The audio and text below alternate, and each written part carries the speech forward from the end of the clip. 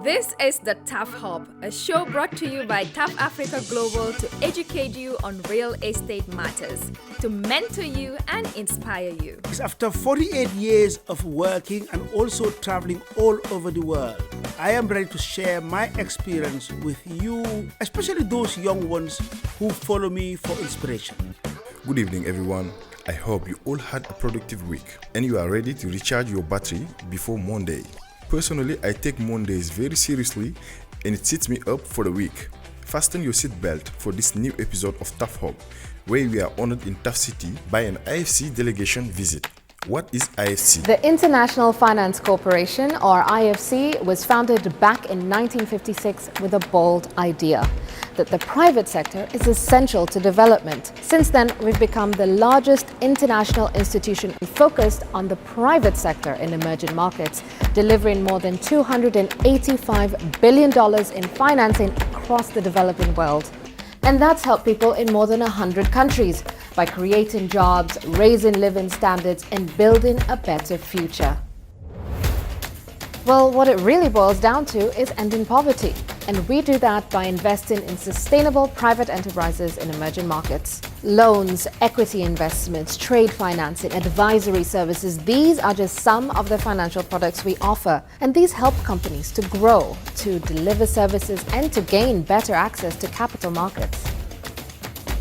Emerging markets need private sector investment now more than ever. The private sector lifts economies, drives innovation, creates jobs, and boosts infrastructure.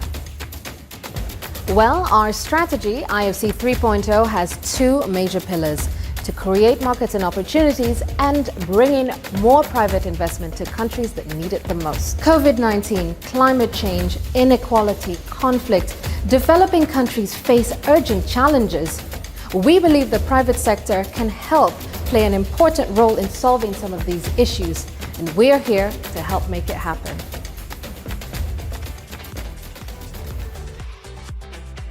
As you know, the best person to lead a TAF City tour is TAF's CEO, the man himself, Mr. Njie, or as we love to call him, Uncle TAF. Morning. How you doing? Fine. Good. Good morning. No, but how do you? Okay, you're the one I communicated with. That's good. Bajen Good morning. How you doing? Olivier. Olivier, how you doing? You okay? Olivier Buyoya, yes. Good, Nice good, good. meeting you. Pleasure. Mustapha was my name. But very much. simple, tough is simple and easy. Okay. Everybody remembers me for that. Hi, good morning. Nouma Dione. Pleasure. Mustapha Njie, TAF. Cyndo Obre. Cyndo. Pleasure meeting you. My pleasure. Great. Hi. Hello. Hi. Good morning. Rafael. Good. Great. You're welcome. Just to bring on a lighter note, let me just first start here. She's the general manager, and they are running the show actually. I start with the crazy ideas and then put them in the deep side. Yeah, they try to implement it. So basically, we're trying to develop 1 million homes in Africa. Yes. Reason being that we need to scale up. The issue of affordable housing, everybody talks about it, but nobody's scaling up. I've operated in Nigeria, I guess you know. Yes. And in Nigeria, you cannot go into an estate where it's even 200, 300, 400, despite the size of Nigeria. So they talk about the deficit of 17 million when I went there about 2012, 2010. Up to now, it's the same 17 million. Whilst population growth is about 2.2% or We need to more. reverse the number. Yeah, so for us, we think, look, we need to scale up, and that's exactly what we're doing. 1 million homes that we're trying to develop, but starting obviously from home. So first, we don't do estates, we do now cities. And to make a huge statement, Gambia, population of 2.5, 2.6 million, but we're developing housing for 30,000 people. Capital size of the capital is 250 hectares, this is 500. So our statement is that we are building a city twice bigger than our state capital. And then, basically modern, green, and also smart. So we bought the land privately. There's nothing that's from government, so we bought the land privately. And master planned it, obviously haven't done all the survey, whatever. We deal with international architects for our brand. So it is master plan, so it's a live, walk, and play. So as you see, you came in, you drove from there, and then this is where we are now. So in the clusters, you have this cluster here, which is mainly commercial. Commercial, yes. You know, so you're going to have a shopping mall here, which is not only for the city, but for the region. You know, and then you have the farmers market here, because again, we're trying to go into the agricultural value chain. Already, we have some experts coming from Israel. We've signed up it already. We're putting up a 1.5 hectare trial here. Of what? Mainly tomatoes, cucumber. Horticulture. Horticulture, yeah. Horticulture, yeah. Okay. Yeah, so horticulture, but I'll tell you local later. market. And also exports, the sub-region, and also, Okay. we're scaling up. Okay. But the trial is for 1.5 hectares. We have already done the foundation for the greenhouses. You know, so that's why we have a farmers market. And then we encourage also other farmers to bring in their produce here, you know, for sale. And then we have an admin and sale here. So, for example, the World Bank Group office, they are here because it's smart. You know, we've just signed up with Gamtel. You will see we have a fiber optic cable already in. So internet will be fast. Then we have a hospital and a clinic in there.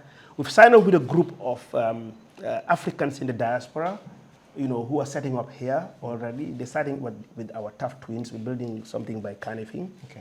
Mainly dealing with telemedicine. Because these days you need not be any very fixed about, you know. You can have a Harvard cardiologist sitting there and, you know, diagnosing and, you know, treating somebody here. Absolutely. So it's very futuristic. Then a petrol station already gone. We have Star Oil who's building up there now. And then a mixed-use warehouse there, fire station, police station, and that's a transit center. Then that's all commercial. Now, this is educational. Educational here, we have a primary school, high school, and then a vocational training. I mean, I am very much biased about vocational training and TVET. Yes. I was just talking to Dauda that I chaired the first NACA, you know, but if you know my background, that's a long story. You know why I am so much going into TVET. Then also a university, a private university, dormitories for the university. And then there we're putting in a special economic zone. That's where people will be working. Okay. So here are sporting facilities for the university and the schools. And then there, garden and nursery, you know, storage, light manufacturing, and so on. We're also looking at aquaculture, because there's a river that goes there, which is the border between Gambia and Senegal. So we're looking at agriculture, we're looking at animal husbandry, you know, poultry, and so on. So then all this is public. There it's private. And you will see the gatehouse already installed. Okay. So anybody who goes into here, you need to be controlled. So there's a card, there's a boom there already. And we have an app for the residents. You know, obviously a central mosque here, and then there's a church in there. Yes. So what we've done is they're done in clusters of estates. And the estates are all local names. For example, Benna in Wolof means one. These all built and sold, and people are living there. Oh, it's already done? Ready done, yeah. You will see, I mean, people are living there. Okay. So, and then you have now Didi in Fula means two. That's the other one here. The third one is Saba in Mandinka. That's where we're working with now. And then you have now the others, Baki, Batik, Serir, Jola, and then 7 as in English, Pach as in Manjak. So we've taken the 7 main local the ethnic groups to give it a name. So there's ownership. Okay. You know. Then we're also working on a retirement village. But each ethnic group doesn't need to live in the estate that has its own name, no? No, not necessarily. Not necessarily. But you know, in Africa, certain things are very sensitive. I know. So you need to be very sensitive about one thing, about ethnicity and also gender. And so these days, religion. And religion, yes. That's why you see there's a mosque and a church. Exactly, I saw that. So we think, you know, in these days we're having a lot of young retirees from the diaspora. Okay. People of my age now, most of them are now retired. Yes. And mostly having worked for international institutions, they have this dream of building their dream home. And there's always an error. Because they want to build a big house, and then finally you're only finding 2 of them there, a husband and wife. So we're looking at their needs. Mainly their needs, health is key. So we have a small wellness center for them here, a clubhouse, and at Nation Pond, because this is the lowest area in the whole city. So it's going to be a pond, some sporting facilities. So it's a small retirement village here. Okay. So you have people of, mainly diaspora also. Yes. Yeah. Yes. Yeah. In here, we have a golf course that we're going to put here. Entertainment area in there, boutique hotel. And then this is the Alahen River, which borders Gambia and Senegal. So if you stand here now, if you shout, somebody in Senegal will hear you. Okay. So basically that is it, and it's done in phases. You know, the biggest problem you can have in development is, it's very common. Yes. People come and ask for money, and the first thing was to do all the infrastructure. Yes. So in our case, no. You finish an estate at a time, then you move on. Okay. So you started by the estate, right? Yes, this one here. So this part is in the future. This is all the infrastructure is in, like the roads are all done, you know, and then, you know, as with this we're going to do in partnership. Okay.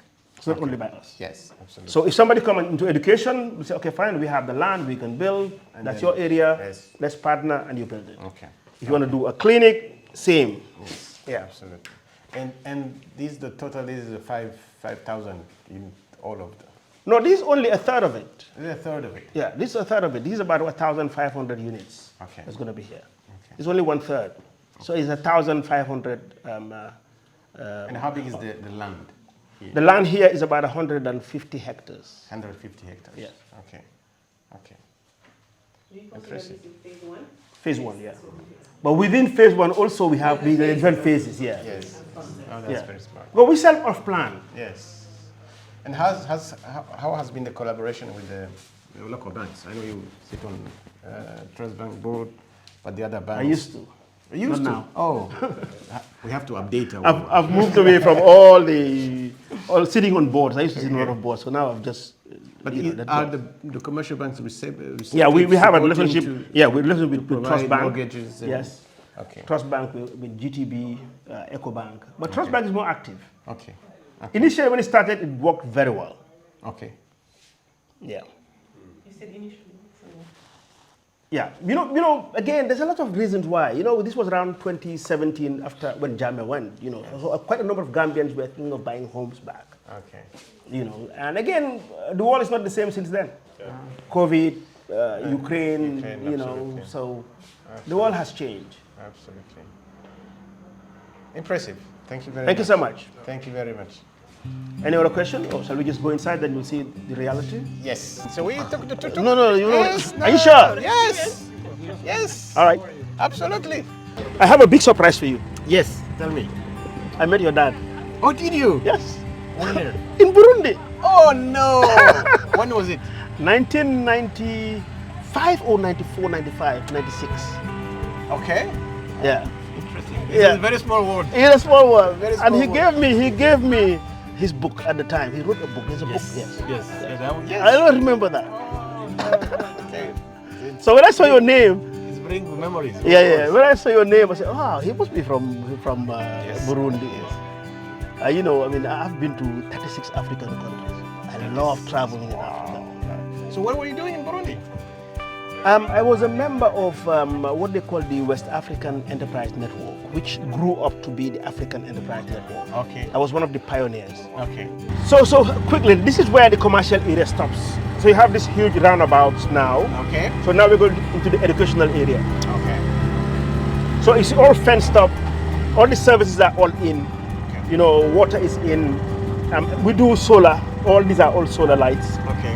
But we also have the mains coming in. As you can see, the roads are all done. You know, trees and everything planted. Because it's important. It creates a good image. Yeah, absolutely. Absolutely. Yeah. Yeah. So as I said, this is the gatehouse.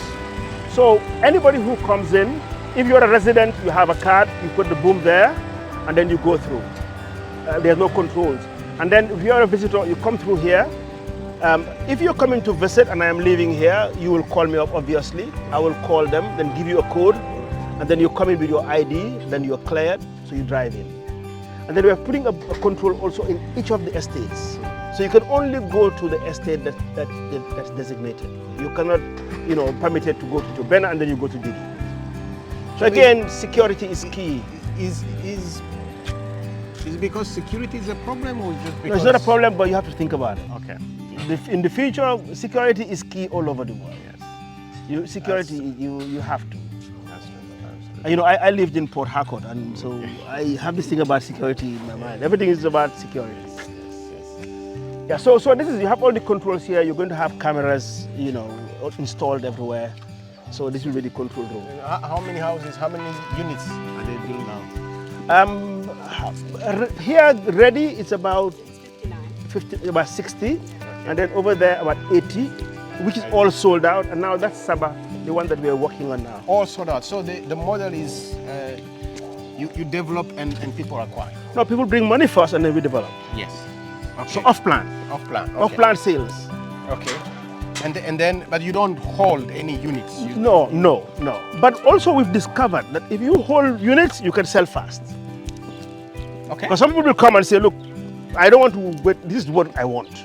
Yeah. And that's why it's also difficult for us to hold a sample house. Yes. Yes. Like we do a sample house, we say, no, give me this one, go and build another one. Yes. And they come with their cash, yes, this is what I want. Yes. So we have 2 sample houses which we will show you. Yeah. So this is mainly the central area, for the 3 units. We invested heavily in the infrastructure. Infrastructure, yes. So now anything that we do, the infrastructure has already been done, including inside the estates. Okay. We have our designs, it's all are named after ladies. We're going to hear that. You heard the one? Yeah. Oh, that's right. Okay, let's just go across here. Yes. It's shorter. You can see the greenery. All these palm trees, I brought them from Nigeria. Okay. We have now, I just brought recently another 3,000. We brought 5,000 before. So we have all sorts of tropical trees here. Okay. On average, in every household, you have 5 fruit trees. So with 5,000 houses, you're going to have at least 25,000 fruit trees here. Okay. So it's going to be a green city. Yes. I don't know whether you saw what we did in Port Harcourt. No, I didn't. I heard about it. Yeah. That was crazy. If you had craziness, nobody believed that it could be done. So we went into a massy land, all like real mud. Yes. And we sand filled 850,000 cubic meters of sand. Let me tell you about this about affordable. Affordable is whatever you can afford. Yes. Forget it. Don't deal. Whatever anybody can afford, that's affordable. So, but strictly speaking, I'm a member of the African Union Housing Finance Corporation. Yeah. Because we have an AGM in Namibia, in Windhoek. And the definition of affordable in Africa, before COVID again, I think was something between $30,000 to $60,000. Correct. But today, no. So let's just show you first the first unit that we are doing. Because the cost has gone up. Has gone up. So now, for example, here we can do a unit. I will show you the unit about 50,000. Yes. In Sierra Leone, it's different. Yes. And then for our clientele, it's people who's got money, like the diaspora. They are in desperate need of housing. So for those that we call probably affordable, there are no financial structures for them to buy. So even if I want to sell a house for $10,000 for somebody working for government, how can he buy it? Right, absolutely. That's where there is a difference between social housing and affordable. Yes. Okay. So this is the Nyima. In Sierra Leone, it's called the Fatima. Same structure, but in Sierra Leone, we're putting a roof because of the rain. It rains a lot. Okay. So you see, you have a living room in here, a small dining area. And like this one, it's a sample house. Yes. But we're ready to sell also. When you need money, you sell and quickly build another one. Then typical kitchen, some water. Humid, yeah. Thank you very much. Great. So these are extras. What we do, the basic is the cabinets that we fix. And then these are all extras. That comes with the unit, but this is all extra. So it's up to you. We can have it all done, finished, 100% fitted. or just give you the basic. And I mean, for this one, for example, what's the sort of the average Price. Yes. Yeah, but what's the price for a Njie? I don't know anything about pricing. See, the one who controls all the money. And yeah, Bajen. Yeah, Bajen. I asked her what's the price of the Njie. Then this is the bedroom here. We have a guest bedroom. What's the price of the Njie? Average. 8.5. In dollars time. Yeah. So again, with all the bedrooms, this is something I learned from Nigeria. Okay. In Nigeria, you cannot sell any house that is not en suite. They don't share a bathroom. Okay. Interesting. So also because of the standards that we are putting in, I think it's also convenient that each of them will have its own bathroom. It's about $135,000. Yeah. 135. Yeah. So then you have a visitor's toilet here, and then upstairs you will have 3 bedrooms there. Just watch your hair a bit.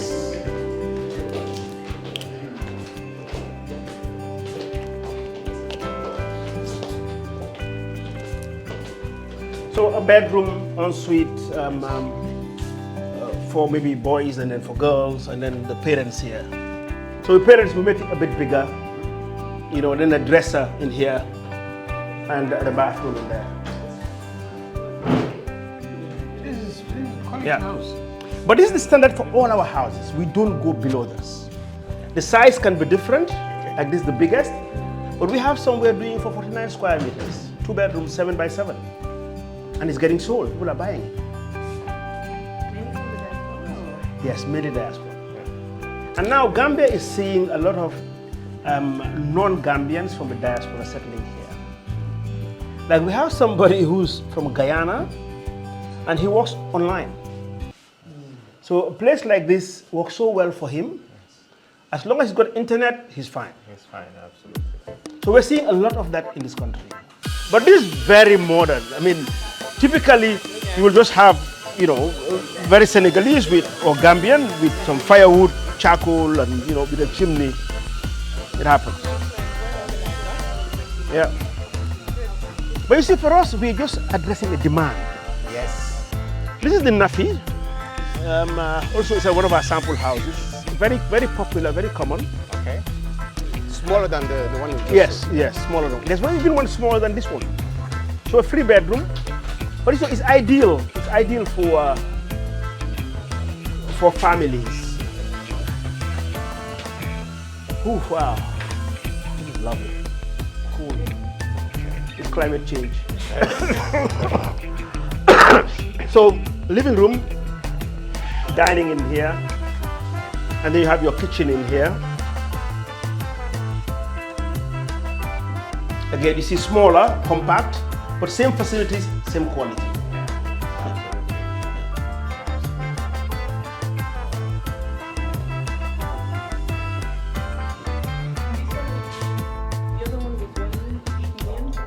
Yeah, this one I think is about, you can get this for about $80,000 or something like that. So a 3 bedroom again, 1, 2, but this one they share a toilet, and then the master has his own toilet. Okay, then yeah. Small. And we have even one that's much smaller than that. It was a great tour by Uncle TAF, and as usual, we learned new things. Now, let's get a review from the Regional Director of IFC, Mr. Olivier Buyoya. First, let me start by saying that I'm honored to be here today to meet Mr. Njie and his team.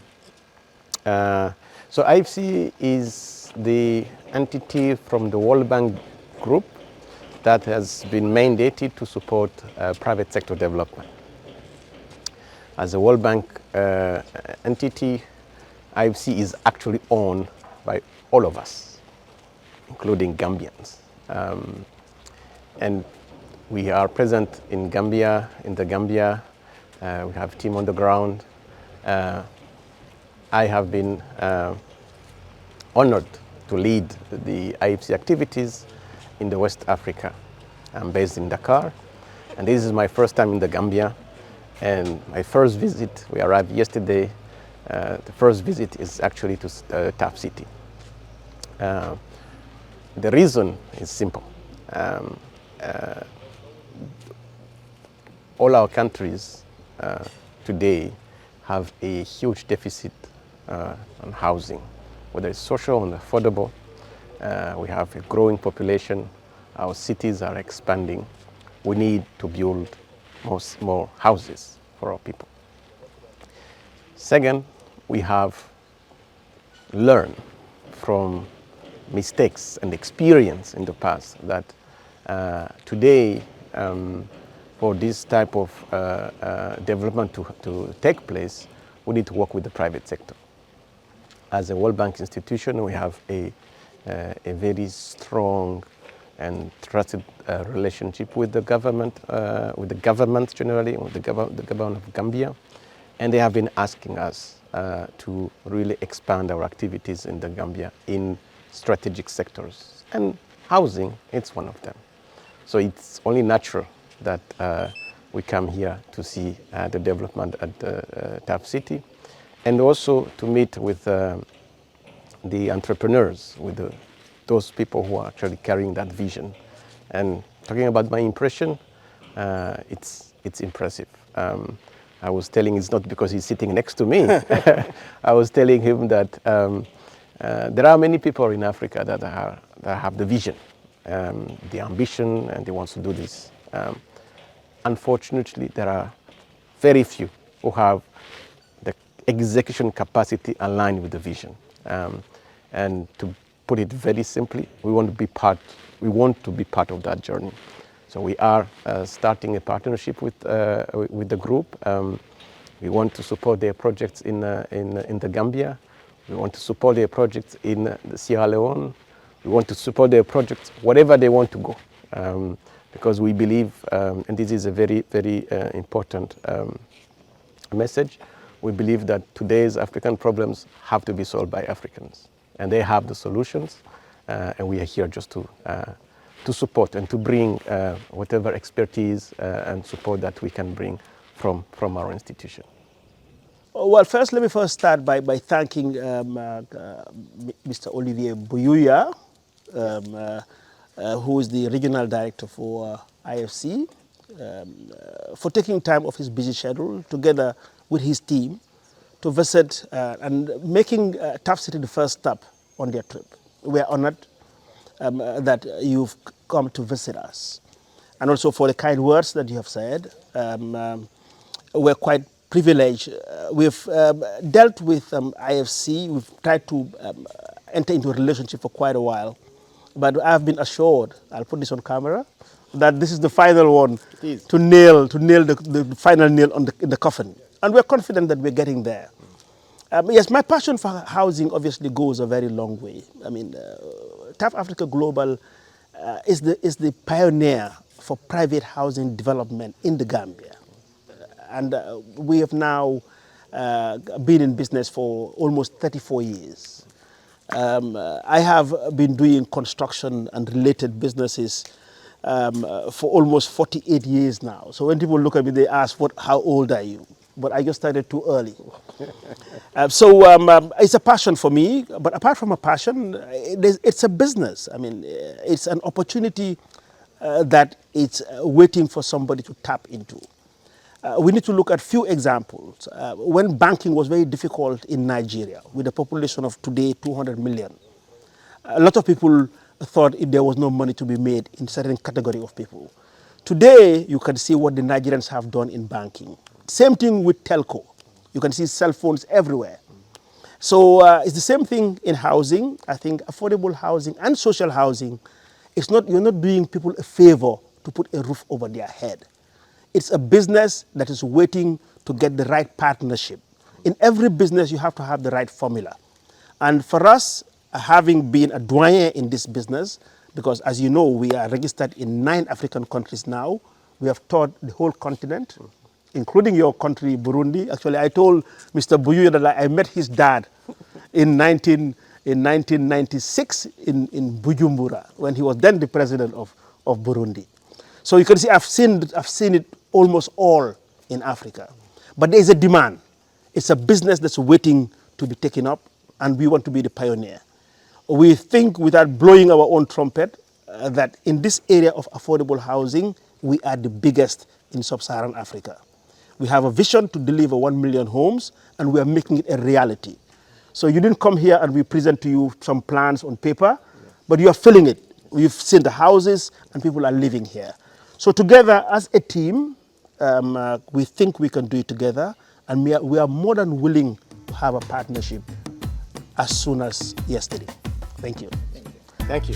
Thank you so much. Thank you, sir. Been a pleasure. Huh? Same here. Great.